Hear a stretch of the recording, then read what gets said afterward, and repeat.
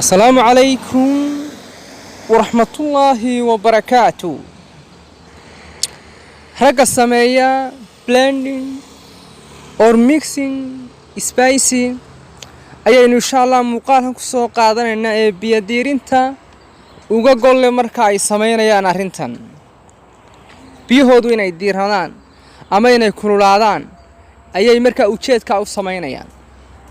waxaa jira rag badan oo saalayna soo weydiiya oo ku oranaya biyahaygu say u diiranaadaan oo xaaskaygu ay u dareento waxaan isku daraatoon basbaas filfil iyo kuwaas uu isku tumaya oo isku geynaya kadib waa uu cabayaa ama waxa uu isticmaalayaa cuntada inuu ku darsado isagoo markaas aaminsan ninkaasi inay biyihiisu ay kululaanayaan ama biyihiisu ay noqonayaan kuwa aad u diiran oo haweeneyda iyo xaaskiisu ay dareento halkaana awoodii raganimada inay markaa uu kaga fiicnaado isku dayaya arrintaas aynu insha Allah doonaynaa dhibaatooyinka ka dhalan kara iyo biyaha ragga waxyaabaha diiriya inaynu barta ku soo qaadano dhakhaatiirtu in waxyaabo kala duwan la isku daro hadday noqoto basbaas ama dhiro kale iyo toon oo qofku mar kaliya wada isticmaalo hanful baa ka dhashay dhibaato caafimaad ma taageeraan dhakhaatiirtu waxaana ka yimaada xaalado caafimaad oo ay ka mid yihiin heartburn inay laabtu qofka ay jeexanto laabjeex xanuunka la yiraahdo inuu ku dhaco in gaska caloosha ay damage karayso in digestive disorder qofka ay ku timaado in haddii uu xanuunka gastriga leeyahay ay taageeraan xanuunkii gastriga inuu ku kaco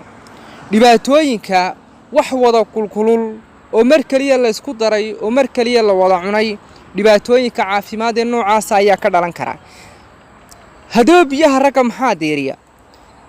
biyaha ragga dhakhaatiirtu waxay tilmaamaan diirimaadka biyaha ninku marka koobaad jirka ayay ka soo baxeen jirkuna waxa uu leeyahay temperature gooniya sidoo kale biyuhu goobta ka yimaadeen waa xiniyaha waxay leeyihiin temperature gooniya temperature-ka xiniyaha iyo temperature-ka jirka guud ahaan jirka way yara kala duwan yihiin farqi yar baa u dhaxeeya marka marba ninka temperature-kiisa xiniyuhu xaaladda ay ku jiraan iyo temperature-kiisa jirku xaaladda uu ku jiro ayaa diirimaadka biyaha ninkuna ay ku xidhnaanayaan bay tilmaamayaan way jiraan dhakhaatiir u sababeynaya